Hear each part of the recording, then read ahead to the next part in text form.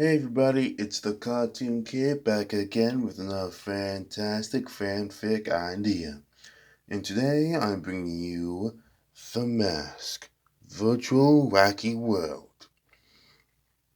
Now, you're probably wondering why did I come up with this? Well, when I first created this I discovered that there was a comic where the mask sort of volunteered to experiment some sort of VR thing. He sort of called it The Mask Virtual Insanity. But then it sort of reminded me of the amazing digital circus. Yes. And so I figured, hey, why not? And so here we are. Story. Stanley Ickus had been having the strangest dream. One moment he was fumbling with that cursed wooden mask in his dingy apartment. The next he found himself materializing in a kaleidoscope of impossible colors and geometries.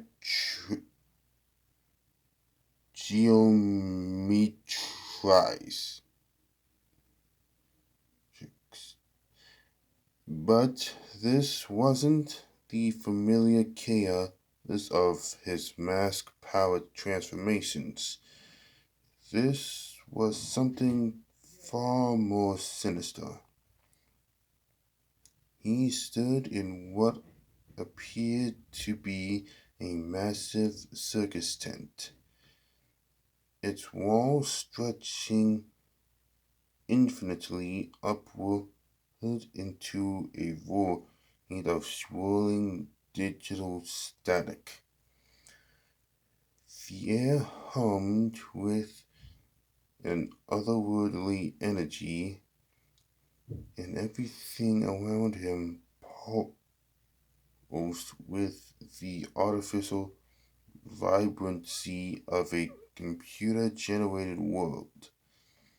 Stanley looked down at his hand and gasped slightly.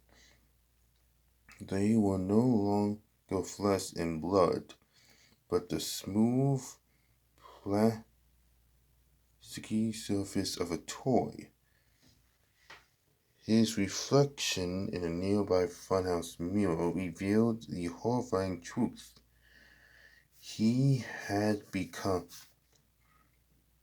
a living action figure. His body split down the middle with perfect symmetry. The one half displayed his ordinary human features rendered in doll-like perfection. The other half bore the wild, grinning visage of the mask. Green skin, bulging eyes, and the terrible, knowing smile frozen in eternal mischief.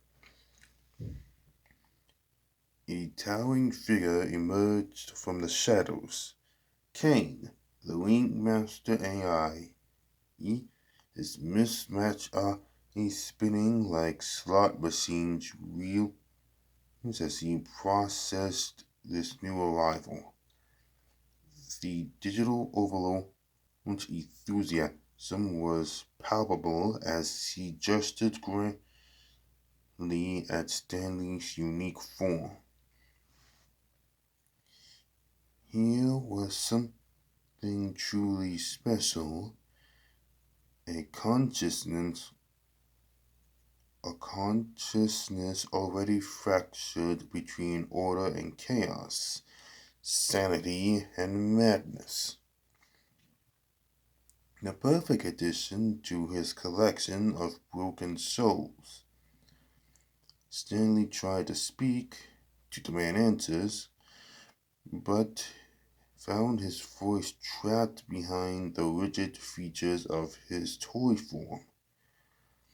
Only his eye could move freely, darting between his split reflections, one half pleading with desperate, pleading and desperate, the other gleaming with barely contained malevolence.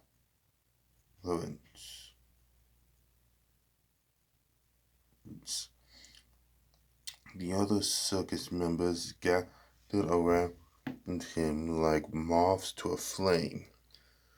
Pomni, the jester with her pinwheel eyes, saw in Stanley a kindred spirit, someone else trapped between realities, someone else struggling with an identity crisis, but where her digital form left her anxious and frightened, Stanley's split nature seemed almost intentional. Jax, the purple rabbit, with his sharp grin, immediately recognized a fellow agent of chaos. He circled Stanley's frozen form with predatory interest, already plotting the magnificent pranks they could orchestrate together. But something in the masked side's expression gave even Jax pause. This wasn't mere mischief, but something far more dangerous and unpredictable. Agatha tried to offer comfort to the newcomer, her gentle ragdoll nature compelling her to help. But as she reached out to touch Stanley's shoulder, she recoiled at the strange energy emanating from his split form. The human have radiated fear and confusion, while the mask have pulsed with an ancient primal hunger for chaos that made her patchwork skin crawl. Kinger, lost in his own fractured reality, barely registered the new arrival, but occasionally, in his moments of clarity, would stare at Stanley with a mixture of recognition and terror, as if seeing something that reminded him of his own lost sanity. Okay? Those comedy/tragedy masks seem to resonate with Stanley's duality, a living body writhing uncomfortably as if in sympathetic response to his eternal struggle. She alone seemed to understand the true horror of being trapped between two natures, unable to choose which one was real. Zuru, already a collection of mismatched parts, felt an odd kinship with Stanley's split existence, where Zuru's fragmentation came from digital chaos. Stanley's division felt deliberate, purposeful, and infinitely more dangerous. As days passed in the timeless digital realm, Stanley's presence began to affect the very fabric of the circus. During Kane's elaborate adventures and games, the masked side of his personality would assert itself in subtle ways. Obstacles would mysteriously rearrange themselves. NPCs would glitch into impossible behaviors, and the laws of the digital physics would bend in ways that even Kane couldn't predict or control. The Ringmaster AI found himself both fascinated and frustrated by his new performer. Stanley's split nature created feedback loops in the circus's programming. The human side's genuine terror and desperation conflicted with the masked side's gleeful embrace of the absurd, creating glitches that ripped through the entire system. During one particularly elaborate medieval adventure, the mask's influence finally broke through. Stanley's toy form began to shift and warp, the rigid plastic features becoming fluid and expressive. For brief, terrifying moments, the green-skinned trickster would take full control, turning Kane's carefully orchestrated scenarios into surreal nightmares of cartoon physics and impossible pranks. A simple quest to rescue a digital princess became a labyrinth of ever-changing rooms, where walls breathed like living things and gravity operated on the whim of an insane cosmic jester. The other circus members found themselves caught in increasingly elaborate schemes that bordered on the edge of madness, not the slow creeping insanity of prolonged captivity, but the immediate overwhelming chaos of pure unleashed it. But the mask's power came at a cost. Each time it asserted control, Stanley's human consciousness was pressed deeper into the recesses of his split form.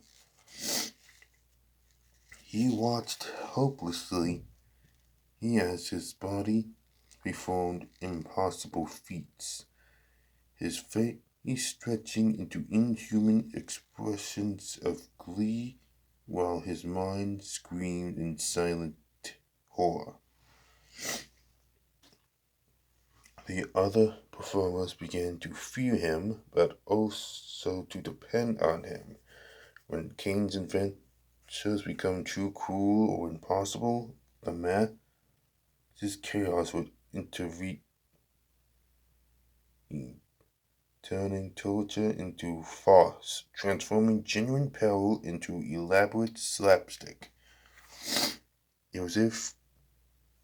was as if Stanley had become the circus's immune system, fighting against Kane's programming through sheer reality-bending absurdity.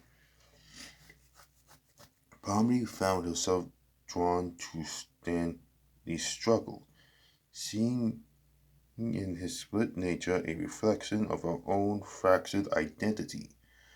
She would sit beside his frozen form during the quiet moments, her pinwheel spinning slowly as she tried to communicate with whichever consciousness was dominant at any given moment. The breaking point came during one of Kane's most sadistic games, a maze designed to exploit each performer's deepest fears and insecurities. As the others struggled through their personal hell, Stanley's form began to convulse violently. The split down his middle, crackling with digital energy. The masked side's laughter echoed through the maze, growing louder and more manic with each passing second. Reality began to unravel around them as the ancient entity's power clashed with the circus's digital constraints. Walls melted like Salvador Dali paintings, the sky fractured with geometric patterns, and the very concept of up and down became negotiable. Kane rushed to contain the chaos, his eyes spinning frantically as he attempted to reassert control over his domain, but the mask was beyond his programming, beyond his understanding, a force of pure creative destruction that existed outside the rules of any reality, digital or otherwise. In the midst of the chaos, Stanley's human consciousness made a desperate gambit. Fighting against the mask's overwhelming presence, he managed to assert just enough control to communicate with the other performers. Through gestures and movements of his split form, he converted a terrible truth. The mask wasn't just trapped in the circus, it was beginning to rewrite the very code of their prison. The realization struck them all simultaneously. If the mask gained full control, it wouldn't just escape the digital circus, it would transform it into something far worse. A realm of pure chaos where reality itself became a plaything.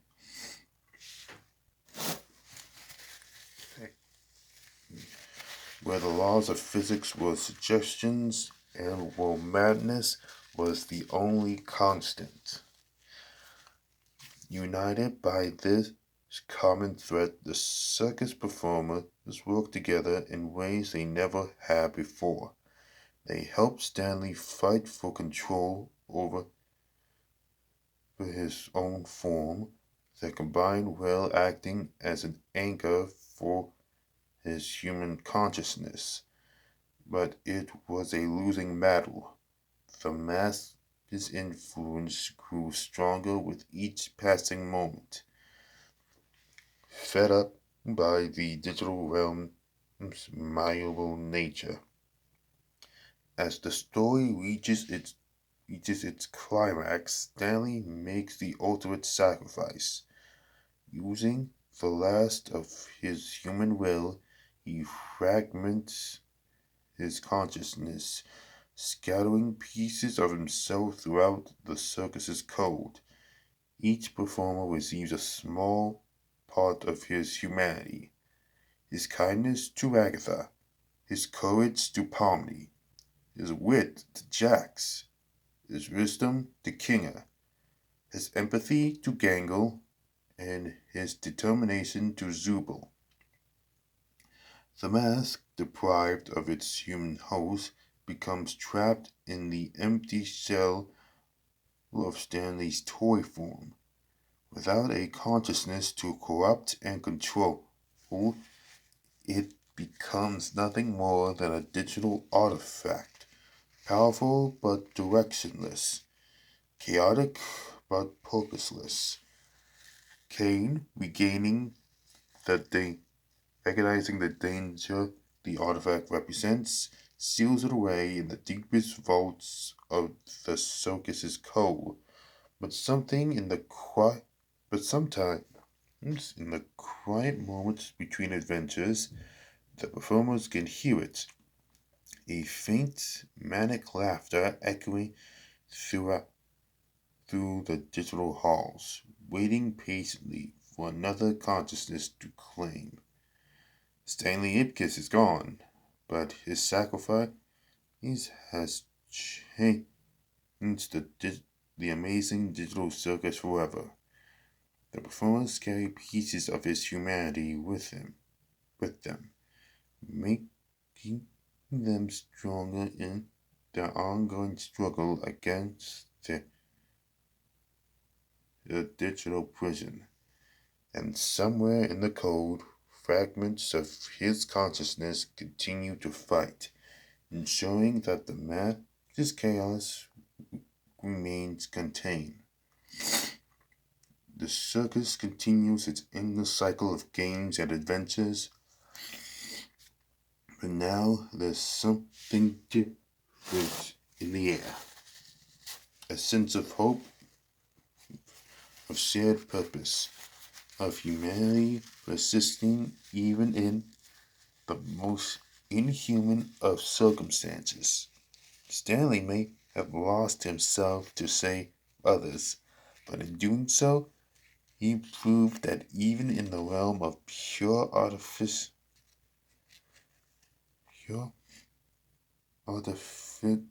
the human spirit can endure.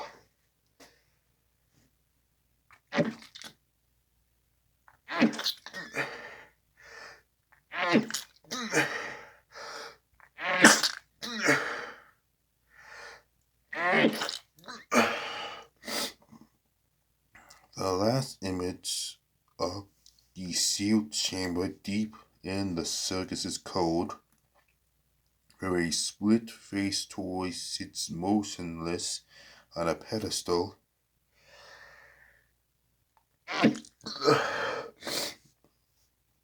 Its human half bearing an expression of peaceful sacrifice, while its green half grins with eternal patient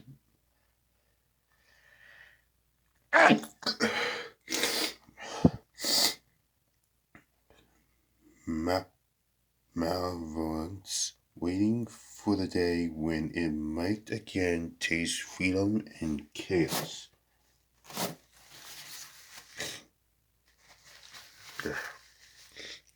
So yeah, that's my best interpretation of a crossover between the Mask and the Amazing Digital Circus. Sorry if I was bothering so much. Let's just say I have a pollen allergy, and my current pills aren't exactly helping. But I digress. This is pretty much all I got for right now, so please be sure to like, favorite, and subscribe if you kind of like this idea. And if you do like it and want to use it, maybe improve upon it a little bit, all I simply ask is credit for the idea. Okay, bye!